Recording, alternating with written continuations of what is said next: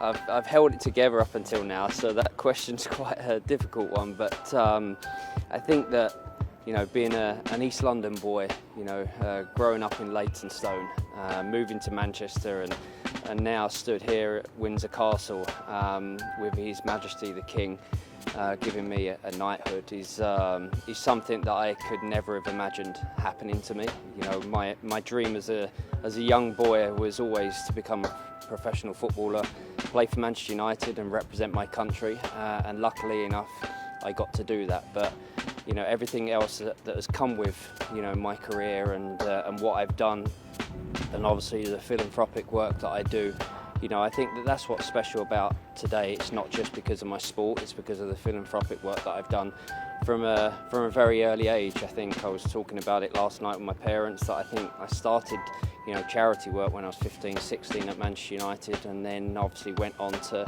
you know, become UNICEF ambassador and working for the Royal Foundation and, you know, the King's Foundation and Malaria No More and the Armed Forces. So, you know, I've been very lucky to work for very important charities around the world. And, you know, I think one of the things that I recognised when I was very young is, you know, because I had a successful career, I was able to implement change with the things that I said and the things that I got involved in. And I think that's why the charity work that I do is so important to me. But you know, the 14-year-old boy from East London standing here in the castle with His Majesty the King, it's a very proud moment for me and my family.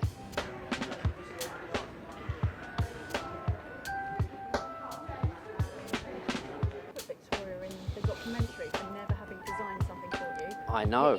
I know. It's very good, and one of the King's comments were, you know, wow, that's a beautiful suit. So I didn't get the opportunity to say my wife made it, and I'm sure she'll make you one. But I will at some point.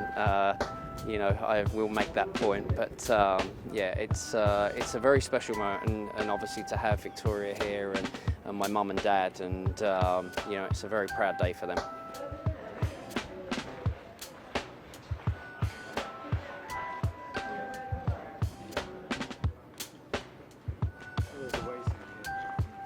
I wouldn't say it's relief, I would just say it's pride. You know, I think, you know, people have talked about it for a number of years, and I always felt so lucky to have, you know, the honour that I already had with the OBE, and I do feel, you know, very lucky to have that. But obviously to be recognised now as a Sir, you know, it's very special. But there's not really relief. It's just I couldn't be prouder, because I think people know how patriotic I am. I think people know how much I love my country. I've always made that point. I've always said how important the monarchy has been, you know, to our family over the years. And like I said, I'm lucky enough to travel around the world and go to different places around the world. And everywhere I go, all people want to talk about is our monarchy and how great they are and how respected they are. So, you know, it makes me very proud, and I've always flown our flag wherever I've lived, wherever I've gone, and I'll continue to do that.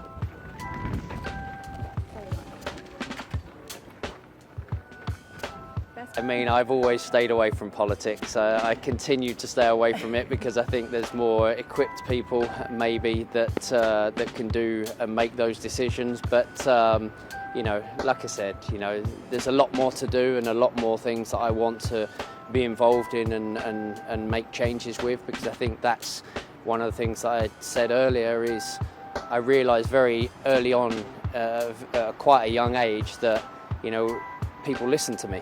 And people listen to me because of my career and the things and the teams that I've played for, and when you have a voice, you can make change. And it's lucky that I get to work with so many amazing children, and you want to make change for them.